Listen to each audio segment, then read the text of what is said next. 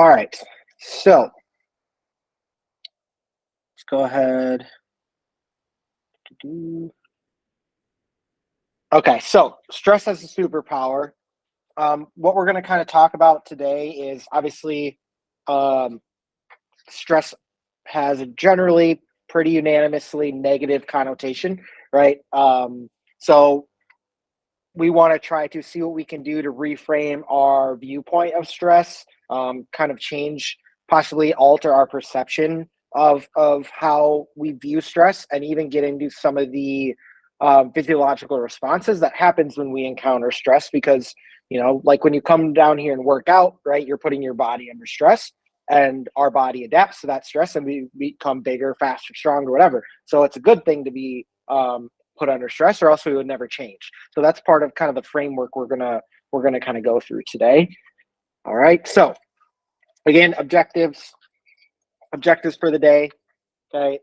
Discuss how stress affects the body, address the idea and benefits of how we could reframe stress, and engage in a few kind of reframing strategies.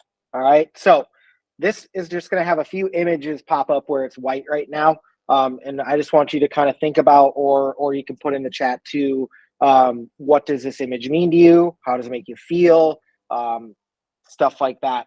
Kind of like maybe not stressful situations, but it starts getting you to think about what if, for example, this first one, okay, picture looks like probably a party or something. So when you look at this picture, a social event, or do you start getting like, oh man, I got to figure out what I'm going to wear? Like, what do you start stressing about when you maybe get an invite to a party or something like that?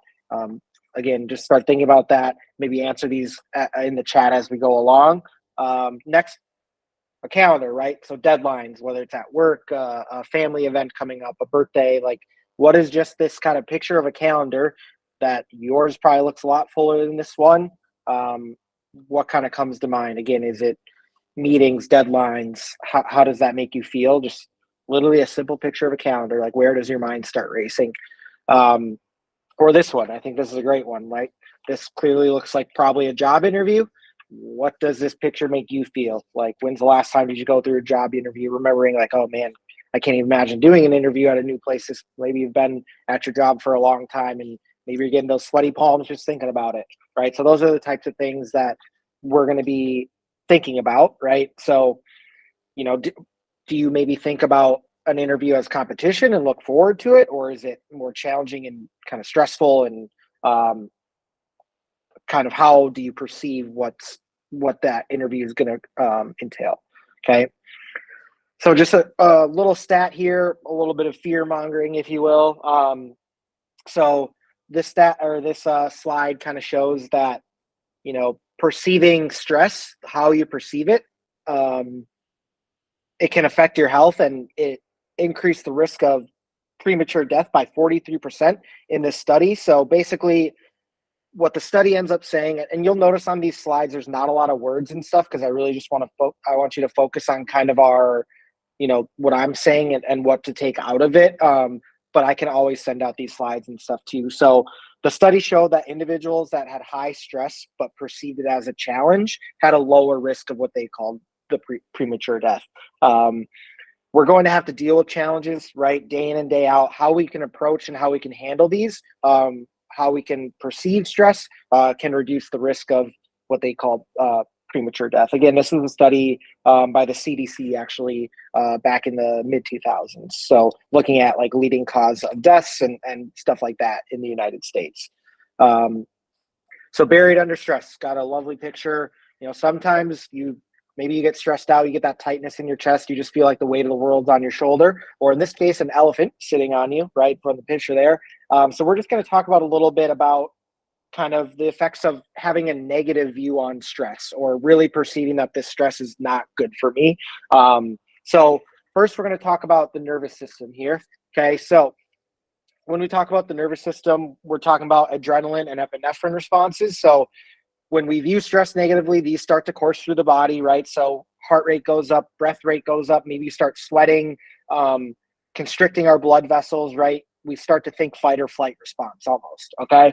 So also thinking about cortisol levels. This is where maybe somebody who has like type 2 diabetes or poor blood sugar control, this could affect them because cortisol actually frees up carbohydrates from your body to be used as energy. So that's where that can become a little tricky situation if somebody has any issue controlling their blood sugar. And again, I mentioned fight or flight, right? Am I going to run kind of away from pain or towards the pleasure where this pain is not? But these cortisol, adrenaline, epinephrine, they allow you to function at a high level. Like, when we're doing a lot of the fun things in our life, we're experiencing those hormones as well. Okay. Cardiovascular response. So talking about what our heart does. So again, remember, this is all under kind of a negative perception of stress. So when we are scared of the stress, dreading the stress, okay, so increased heart rate, increased blood pressure, this is, everything kind of constricts, as we mentioned before.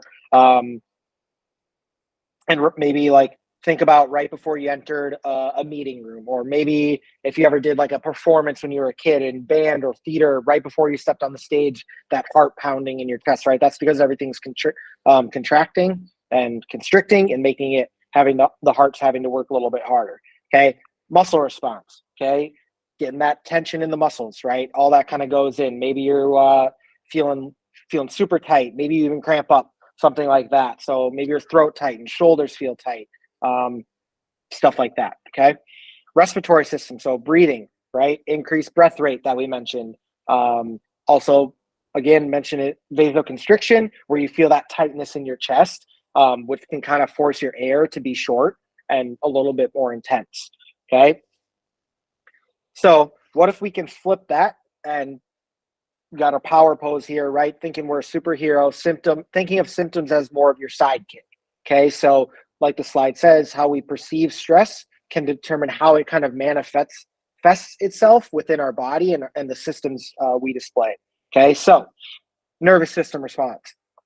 Again, adrenaline, epinephrine, cortisol are good things as well. So these can help improve our awareness, focus on the task at hand, right? When we're going to go do some balance work, or maybe you're an adrenaline junkie, you need to be focused, right? So that rush of adrenaline, like if you're going to go walk a tightrope, we need that adrenaline to help us stay focused, and we can really focus on the task at hand and not get distracted. Our heart response. So again, increased heart rate, not always a bad thing, right? Because we need to deliver more oxygen to the brain and to the muscles as they need it. So this is your body getting physically prepared for whatever activity you're about to do. Okay. Muscles, right? This is, like I just mentioned with cardiovascular response, getting the muscles primed for movement if needed. Again, not every stressful, like you don't need your muscles to go sit give a presentation, but these are the things that your body is not knowing that you're going into a presentation. It thinks you're going to need something where your muscular system needs to respond in kind of an athletic manner. Okay, so respiratory system, bringing in more oxygen, like we mentioned, and deliver it more efficiently with that increased heart rate. All right, so kind of how can we evolve this perception, right? How can we take it from viewing that stressful event coming up or the workout or whatever and flip it in our mindset as something that's going to benefit us? Okay, so when people believe that they possess the resources to cope with stress, they experience a challenge response rather than kind of the flight response, right? So when situational demands are seen as, exceeding resources, that is kind of what you're going to experience, and you can see that as a threat. So kind of the opposite end of the spectrum. So physiologically, a challenge is characterized by activation of your sympathetic adrenal medullaries, or SAM axis. So this is what causes, increased cardiac efficiency, vasodilation. These changes signal an approach orientation and increased peripheral blood flow. So getting blood kind of out to the extremities, not just keeping it in our more dense parts of our body. Okay. So when stress is perceived as a negative, that vessels tightening, the vasoconstriction tends to happen. When stress is, again, this is kind of overarching. So stress perceived as negative, tightening up, right? Stress received or perceived as a positive, or a positive look on a challenge to improve ourselves, that vasodilation that can actually occur. So getting more blood flow, feeling a little bit looser, getting blood to all parts of our body, right? So not just like heart to brain, just trying to survive, right? So that's kind of, you know, the little bit of body responses where, you know, just that perception of how we feel can change some of these body responses in terms of how we feel about them, and also obviously what actually happens within the body. Okay. So connection fuels resilience. So here we're going to talk about how we can kind of, like the slide says there, feed courage, build resilience to these types of situations. So the main keys here with regard to, you see on the slide there, how stress can generate oxytocin. Okay. So the main keys in regard to oxytocin and stress are that oxytocin helps regenerate cardiac tissue, and it helps you connect in times of stress. Okay. So like it says there, benefits in enhancing social interactions and experiences. So it actually makes you crave a little bit more social interaction in a public setting rather than kind of the hiding away, if we kind of think about how we can use stress positively. Okay. Oxytocin is often referred to as the cuddle hormone, actually. So again, it causes you to reach out to people rather than shy away. So when you choose to reach out to people, you reduce your stress, at least your perceived feeling of stress. So these other things in the body are still happening, but you're perceiving them differently. So through this process, you're going to become a more resilient person, right? After having experienced the stress, okay, and you'll be more capable of handling this stress in a future scenario, handling that interview, that meeting, because you did it once, you know how you felt, and now you're comfortable doing it again. Okay. So just a quote here from William James. So kind of just a proposition to you, you know, because oftentimes we kind of become the victim. You know, we make ourselves feel victimized and we don't know how to deal with it. So this quote, the greatest weapon against stress is our ability to choose one thought over another. You know, simply feeling that what is being asked of you is beyond your capacity, or like, this is something I've never done, I don't know how to deliver. You kind of just start by limiting yourself with your thoughts right off the bat. So getting it in the proper headspace when you're about to deal with a stressor can be half the battle. Okay. So another little Superman pose here, some stress field superpowers, right? So what we're going to talk about is kind of the effects of, you know, if we think of these stressors as superpowers. Okay. So we can have enhanced cardiovascular function. We mentioned that. So getting oxygen faster than a speeding bullet. If we want to think about getting that superpower, we can outrun a speeding bullet. You know, telling yourself, I got this, I'm confident in what I'm doing. I've done this before. I did the research, right? All this can improve to better heart function. Okay. Improved confidence, sharpened focus, right? So you're able to tackle a task, laser focused, you're razor sharp, ready to go. Okay. Regeneration. So we just touched on oxytocin to regenerate cardiac tissue. You know, think of Wolverine, for example, right? How he can get shot or stabbed or whatever, and all of a sudden you start seeing his skin heal, right? That's what we're trying to think about here. We have healing powers now when we perceive stress in a positive light. Okay. Let's see. Helps you to recover quicker, feel better, kind of goes under that regeneration, and then improve social connections that we just touched on. So you can speak the language of connection thanks to that oxytocin. So think about, you're engaging in a new language, right? You're more open to somebody, you're ready to meet people. You know, engaging with others in a stressful situation inspires, you know, future social change moving forward, and, you know, leads to you feeling supported as well in stressful situations. Okay.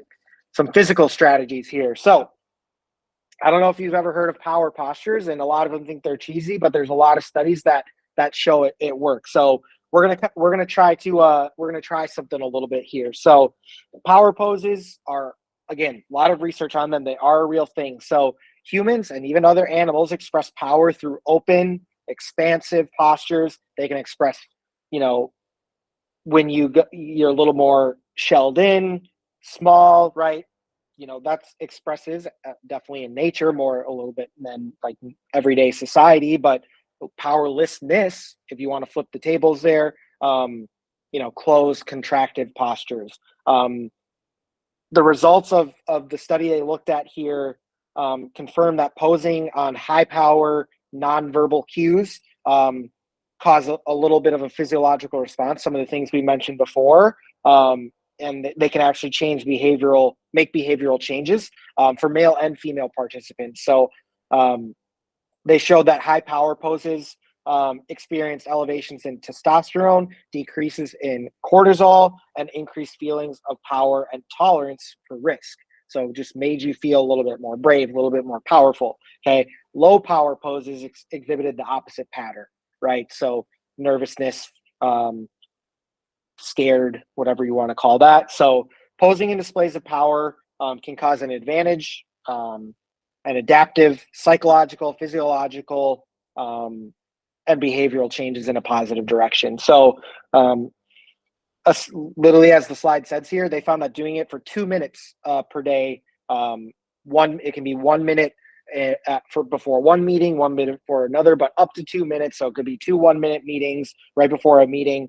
It helped people feel empowered and just feel like it had actually actionable like implications to what they were doing. So we're going to try it. You can be seated, you can stand up. So the first one, I want you to do the bad end of the spectrum. So I want you to kind of feel powerless. So we're just going to kind of slump in to your chairs, maybe pretend like you're using bad posture. You're feeling, nervous or deflated, or maybe just not feeling super present. Okay. Just chill for a second. See how it makes you feel if you just really kind of soak in and don't care about posture. Don't care about how you're feeling. All right. Now we're going to kind of snap out of that real quick. I want you to sit up tall, lift your chin. If you want to stand up, you can. I want you to pull. Maybe you want to do the old hands on the hips, stick the chest out. Okay. Take up whatever pose makes you feel confident and strong. Right. So I'm doing the old hands on the hip, chin high. I like to get a little swivel, a little movement, makes me feel a little bit better. Right. Take a few breaths. All right. Look, personally, it just makes you feel a little bit more. And again, maybe none of us are maybe stressed out right now. Right. Giving presentations doesn't really stress us out, but maybe you're someone who giving this presentation would stress you out. Think about a meeting you have coming up later that's stressing you out, or maybe it's a workout, maybe it's a party you got to go to, whatever it is, a deadline coming up. Try one of those right before you go into it, or right before you sit down to start working on something, and see how it affects you. Maybe it's not going to work for everyone, but studies have shown that it can help. And it's a simple thing that doesn't take a lot. And you can also do breathing techniques. So we're going to get into those here as well. So tons of breathing techniques out there, from calming to up-regulating, down-regulating, help with focus, a lot of things out there. And you can find a lot of these on the internet. Some of them are very simple, some of them a little bit more in depth. But what we're going to do this one is called a 6-4-10 breathing. So usually a lot of breath work has 3 numbers because you do like an inhale, and then like a hold and an exhale. Sometimes there are only 2 if they don't make you hold or anything like that. So for this one, the numbers represent a 6-second inhale, a hold for 4, and a nice long, slowed down, deliberate, exhale. Okay, so again, some of these numbers can be challenging to reach too, especially maybe you're short on breath, maybe you're just running, or whatever. Maybe you had a lot of caffeine today, right? So you can always manipulate these numbers, but just generally try to keep this pattern of the main thing for me is the long exhale, the really long, slow exhale. That's what kind of tends to get the calming factor. In general, longer exhales than inhales is what kind of encourages that calmness. Let's go ahead and try that. Okay, so I can take a couple breaths here, just nice deep ones in through the nose, out through the mouth, just to kind of build your breath base here. Okay, after a few breaths, we're going to go ahead and try it. So we're going to go ahead and start with 6-second inhale. So here we go. Inhale for 5, 4, 3, 2, 1, and hold that breath nice and full for 3, 2, 1, and really slow. Empty those lungs for 9, 8, 7, 6, 5, 2, 1. Good. In for 6, 3, 2, 1, and hold. 2, 1, exhale. 10.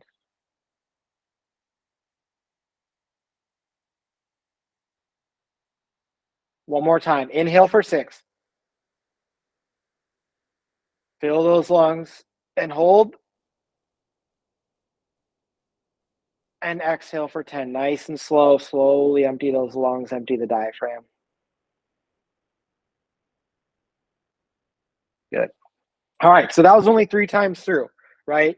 Hopefully that helped a little bit. You can do that a few more times. Also, like maybe the 6 was too long, the 4, the 10, something was too long, just shorten those up. And maybe because you were way too focused on, getting to such a high number, just shorten those a little bit, like I said at the beginning, because these are, breathing techniques like this, especially where that long exhale comes into play, have been shown to calm your nervous system, reduce stress, reduce anxiety, bring that heart rate down. Okay. So that's an exercise you can do right before you go into something, kind of like those power postures, or even something where maybe you're in the middle of something, you're just having a hard time focusing, or you're overwhelmed or whatever, and we want to calm down, take a step back, take a step away from your desk, roll that chair out, and just do some breath work for 2 minutes. Okay. All right. Some mental strategies. Those are some physical strategies, right? So, kind of talking about mind control. So, the first one on the list there is gratitude rituals. So, again, this is kind of practicing that more mindset aspect. So, encourage yourself to create something as simple like a gratitude list. Okay. So, writing down something each day that you're grateful for. You know, it's something simple, but it's something that can put you right away into a positive mindset. Um, call out one thing that you're grateful for in that moment. Think of another thing, maybe something more overarching that you're grateful for. So 2 to 3 things.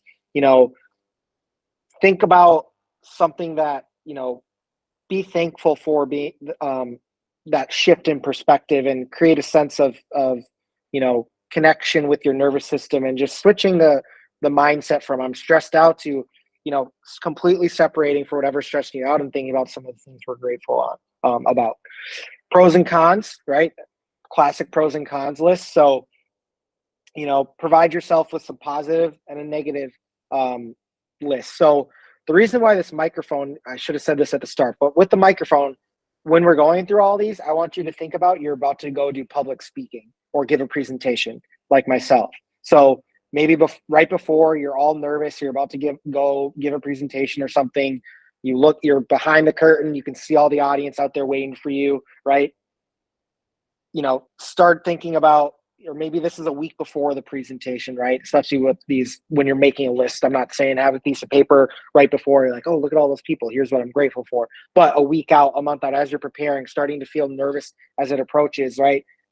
Make a pros and cons list, do a gratitude list, right? So pros and cons, definitely try to keep it 2-to-1 ratio, right? It's good to keep the cons in mind, right? That keeps us on edge. It keeps us motivated. It keeps us, we don't want to think we're doing everything right, or else we would never improve. Okay. So the goal at the end of that is just to have you feel better about what the actual stress impact of that public speaking event or that meeting is going to actually cause. Like, are you going to die because, maybe I messed up my words in this meeting? No, like the worst thing that happens, maybe everybody laughs or gets a little chuckle or something like that. Stuff that you are going to be able to go on with your life, and it's not going to be the end of the world. That's kind of the thing of like these gratitude rituals, right? Think about how you're grateful for your family, and these things that are much more important in life than, did I make a little bit of a mistake when I presented that meeting or something like that. Dissociation is the last one. So this one's a little different. So neuro-linguistic programming technique that kind of challenges you to visualize yourself first as an observer of a stressful situation. So maybe watching someone else public speak or something like that in this scenario. And this it's an effort to analyze the stress-inducing elements for what they really are, and recognize them, that they're really not worthy, kind of what I just mentioned, of fear, anxiety, of stress, right? So like, if somebody, put yourself in the audience's shoes of somebody, like you're watching someone public speak, like, oh, they messed up a word, like you're barely even going to think about it, right? Like you might laugh, and everybody feels fine, and 30 seconds later you moved on, right? It's not something that you're going to sit there as an audience member and soak in and be like, oh my gosh, I can't believe they said that, like that wrong word, or said the wrong number. Like it happens every day. People misspeak and they say 30 instead of 29. And you hear it and you recognize it, but then you move on because it's not an important detail of what you're doing. And it clearly wasn't worth like the presenter being feared or stressed or having anxiety about messing up on. Okay, so that's kind of the idea of dissociation, pros and cons list, making a gratitude list. So again, kind of how this dissociation technique works. Mentally visualize a stressful situation. You want to focus on being vivid and imagine all the potential stressors that you can kind of think of in this situation. And then visualize if each of these stressors pop up, how you would deal with them and what your desired outcome is after dealing with that stressor. Lastly, anxiety is often a product of what we don't know, right? We don't know how the microphone is going to sound. We don't know how many people are going to be there, all these things. Living the situation in your mind can minimize the fear. So when you come face to face with the situation, you'll feel much more prepared and ready to go. And if any of those things do happen, which a lot of them don't because we put these worst case scenarios in our mind, we're going to be able to deal with that.